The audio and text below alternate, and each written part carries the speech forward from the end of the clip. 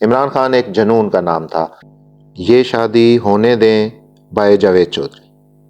Dostoevsky دنیا کا نامور ادیب تھا۔ سینٹ پیٹرز برگ روس میں رہتا تھا، افسانے اور ناول لکھتا تھا اور شہر کی پرانی گلیوں اور دریا کے کنارے ٹہلتا تھا۔ اس نے درجنوں عہد ساز افسانے اور ناول لکھے۔ وہ 1881 میں فوت ہوا، مگر ادب پر اس کے اثرات آج تک قائم ہیں اور شاید ہمیشہ رہیں گے۔ دنیا کے کسی بھی کونے میں آج بھی جب کوئی لکھاری منظر کشی کرتا ہے تو پڑھنے والے فوراً کہتے ہیں یہ دوستوفسکی بننے کی کوشش کر رہا ہے۔ مجھے سینٹ پیٹرز برگ میں ان کا فلیٹ اور ان کی وہ گلیاں دیکھنے کا اتفاق ہوا جس میں اس نے اپنے کرداروں کے ساتھ کئی دہائیاں گزاری تھی۔ میں ان گلیوں میں پھرتا رہا اور اسے یاد کرتا رہا۔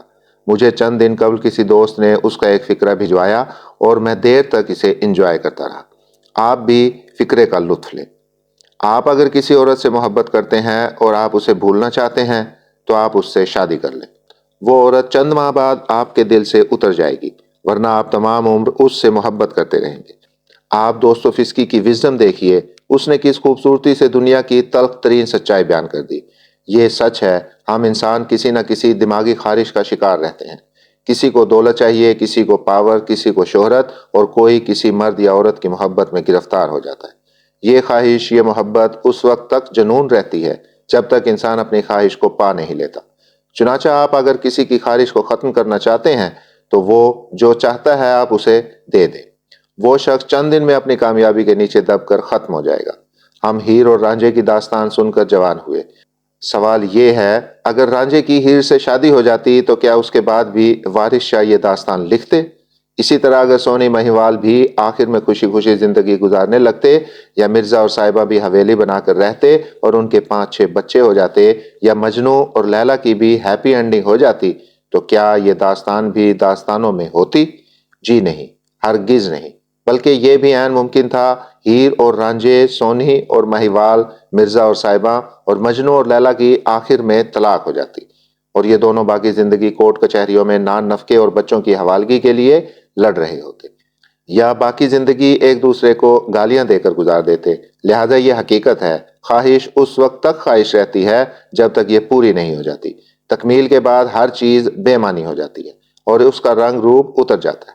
ہماری تاریخ میں 52 سال پہلے ایک خوفناک واقعہ پیش آیا تھا۔ مشرقی پاکستان مغربی پاکستان سے الگ ہو گیا تھا۔ ہم آج تک شیخ مجیب الرحمن کو اس کا ذمہ دار قرار دیتے ہیں، اور یہ بات غلط بھی نہیں۔ شیخ مجیب الرحمن نے بنگالیوں میں رانجھے جیسا جنون پیدا کر دیا تھا اور وہ بنگلہ دیش کو ہیر سمجھ بیٹھے تھے۔ بہرحال 16 دسمبر 1971 کو ان کی خواہش پوری ہو گئی۔ بنگلہ دیش بن گیا اور شیخ مجیب اس کا پہلا صدر ہو گیا۔ لیکن اس کے بعد کیا ہوا؟ 15 اگست 1975 کو جب اس بھارت میں آزادی کا جشن منایا جا رہا تھا جس کی مدد سے بنگالیوں نے آزادی حاصل کی تھی، عین اس دن فوج نے شیخ مجیب کے گھر کا گھیراؤ کیا اور شیخ مجیب، اس کی بیگم، 3 بیٹوں، 2 بہوؤں، مہمانوں، رشتہ داروں، ذاتی اسٹاف اور ایک سرونگ بریگیڈیئر جنرل کو گولی مار دی۔ شیخ مجیب اس وقت اپنے گھر کی سیڑھیوں سے اتر رہے تھے۔ ان کی لاش دیر تک سیڑھیوں پر پڑی رہی۔ ان کے وہ 4 اتحادی بھی بعد ازاں گرفتار ہوئے جنہوں نے 1971 کے سانحے میں اہم کردار ادا کیا تھا۔ ان چاروں کو بھی 3 نومبر 1975 کو سزائے موت دے دی گئی۔ شیخ مجیب کی 2 بیٹیاں شیخ حسینہ واجد اور شیخ ریحانہ سلامت رہیں۔ یہ اس وقت جرمنی میں تھیں۔ یوں شیخ مجیب اور بنگالیوں کی محبت اختتام پذیر ہو گئی۔ میرا دعویٰ ہے، اگر بنگلہ دیش نہ بنتا، شیخ مجیب کامیاب نہ ہوتے، تو شاید یہ تحریک آج بھی قائم ہوتی اور گلیوں میں بنگالی اور پنجابی کی جنگ جاری ہوتی۔ ہم نے آج بھی ایک دوسرے کا گریبان پکڑا ہوتا اور ایک دوسرے کا سر کھول رہے ہوتے۔ ذوالفقار علی بھٹو کی مثال لے لیں۔ یہ لیڈر تھے، یہ اقتدار میں آئے اور انہوں نے ملکی معیشت کے ساتھ جو کیا وہ 2000 PhDs کے برابر ہے۔ وہ بھی تیزی سے مجیب الرحمن جیسے المیہ کی طرف بڑھ رہے تھے۔ پارٹی کے اندر خوفناک دراڑ تھی اور دوسری سیاسی جماعتیں بھی PDM کی طرح اکٹھی ہو چکی تھی۔ میں سیاست اور تاریخ کے طالب علم کی حیثیت سے محسوس کرتا ہوں، اگر جنرل ضیاء الحق ماشاء اللہ نہ لگاتے تو شاید 1980 تک بھٹو صاحب کی سیاست ختم ہو چکی ہوتی۔ فوج نے 1977 میں مارشل لا لگا کر اور بھٹو صاحب کو پھانسی دے کر پیپلز پارٹی کو نئی زندگی دے دی، لہٰذا یہ آج تک زندہ ہے اور بھٹو اور زرداری فیملی کی تیسری نسل اس کا پھل کھا رہی ہے۔ ہماری ریاست اور سیاسی جماعتوں نے عمران خان کے معاملے میں بھی یہی غلطی کی۔ عمران خان ایک جنون کا نام تھا۔ عوام کا خیال تھا خان آئے گا اور ملک کی تمام سڑکیں سونے کی بن جائیں گی، مگر خان آیا اور اس نے ملک کی ہر چیز، ہر ادارے کا جنازہ نکال دیا۔ یہ آخر میں اس ادارے پر بھی پل پڑا جس نے اسے اقتدار میں لا کر احسان کیا تھا، لہٰذا یہ بڑی تیزی سے اپنے انجام کی طرف بڑھ رہا تھا۔ پارٹی ٹوٹ چکی تھی، اتحادی ناراض تھے، فوج کے اندر اس کے لیے نفرت تھی اور عوام کا رانجھا پن اڑ چکا تھا۔ اس زمانے میں حالت یہ تھی، بین الاقوامی دنیا ہمارے وزیر اعظم و وزیر خارجہ سے ملنے کے لیے تیار نہیں ہوتی تھی۔ فوج بڑی مشکل سے کسی نہ کسی ملک کو تیار کرتی تھی، مگر خان وہاں بھی کوئی نہ کوئی ایسی حرکت کر آتا تھا کہ نقصان کنٹرول کرنا مشکل ہو جاتا تھا۔ چنانچہ پارٹی اوور ہو چکی تھی، لیکن اس وقت کی اسٹیبلشمنٹ اور اپوزیشن جماعتیں جلد بازی کر بیٹھیں۔ سیاسی لوگ جیلوں اور اسٹیبلشمنٹ جنرل فیض حمید کی خواہش سے گھبرا گئی۔ یہ دونوں اکٹھے ہوئے اور عمران خان کو گھسیٹ کر کرسی سے اتار دیا، اور یوں وہ ہو گیا جس کے بارے میں ان لوگوں نے خواب میں بھی نہیں سوچا تھا۔ آج عمران خان 2018 سے بھی کئی گنا بڑا دیو بن چکا ہے، اور سیاسی جماعتیں اور طاقت کے ماخذ اکٹھے ہو کر بھی اس کا مقابلہ نہیں کر پا رہے۔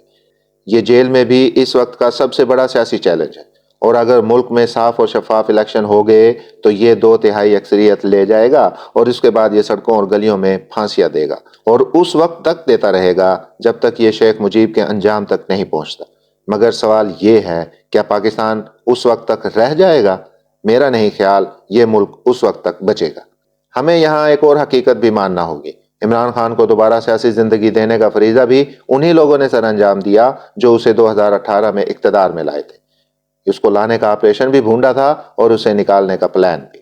اسٹیبلشمنٹ اگر 2018 میں جلدی نہ کرتی، خان کو 2024 تک ڈیولپ ہونے دیتی تو یہ آج مختلف ہوتا، اور اگر اسے 2022 میں زبردستی نہ نکالا جاتا تو بھی صورتحال مختلف ہوتی، اس کی سیاسی موت ہو چکی ہوتی۔ ہم آج اسے اسی طرح الیکشن سے روک کر بھی غلطی کر رہے ہیں۔ میرا مشورہ ہے، آپ عمران خان کو الیکشن لڑنے دیں، کیا قیامت آ جائے گی؟ پاکستان تحریک انصاف پارٹی نہیں ہے، یہ 5-6 جتھوں کا مجموعہ ہے۔ آپ آج انہیں الیکشن لڑنے دیں، یہ آپس میں لڑ کر مر جائیں گے۔ عمران خان اگر وکلا کو ٹکٹ دیتا ہے تو اس کے سیاسی امیدوار ڈنڈے اٹھا لیں گے، اور اگر یہ سیاسی ورکرز کو ٹکٹ دے دیتا ہے تو وکلا ناراض ہو کر گھر بیٹھ جائیں گے، اور اسے پیشی کے لیے بھی وکیل نہیں ملے گا۔ 9 مئی اور 10 مئی کے واقعات کے بعد عوام بھی ڈر گئے ہیں۔ خان اگر انہیں باہر نکلنے کی دعوت دے گا تو لوگ نہیں نکلیں گے۔ پنجاب میں استحکام پاکستان پارٹی بن چکی ہے، اور KP میں PTI-P۔ یہ دونوں جماعتیں حکومتیں نہ بنا سکیں تو بھی یہ عمران خان کے ووٹ ضرور توڑ دیں گی، اور اس کا فائدہ الیکشن کرانے والوں کو ہوگا۔ لہذا خوف کس بات کا ہے؟ آپ اسے روک کر، اس کے خلاف مقدمے پر مقدمہ بنا کر اور امیدواروں سے کاغذات چھین کر عمران خان کو ہیرو بنا رہے ہیں، اور اس کے قد میں روز 2 فٹ اضافہ ہو رہا ہے۔ یہ اگر اسی طرح بڑھتا رہا تو یہ کسی دن جیل کی چھت پھاڑ کر باہر نکل آئے گا، اور اگر یہ ہو گیا تو پھر ہم کیا کریں گے؟ کیا ہم نے سوچا؟ چنانچہ آپ اگر اسے مارنا چاہتے ہیں تو پھر دوست و فسکی کے مشورے پر عمل کریں، یہ شادی ہونے دیں، یہ محبت ہمیشہ ہمیشہ کے لیے ختم ہو جائے گی۔ ورنہ ہم جس طرح آج تک بھٹو کے رومانس سے نہیں نکل سکے، ہم اسی طرح عمران خان کی محبت میں بھی ہمیشہ گرفتار رہیں گے۔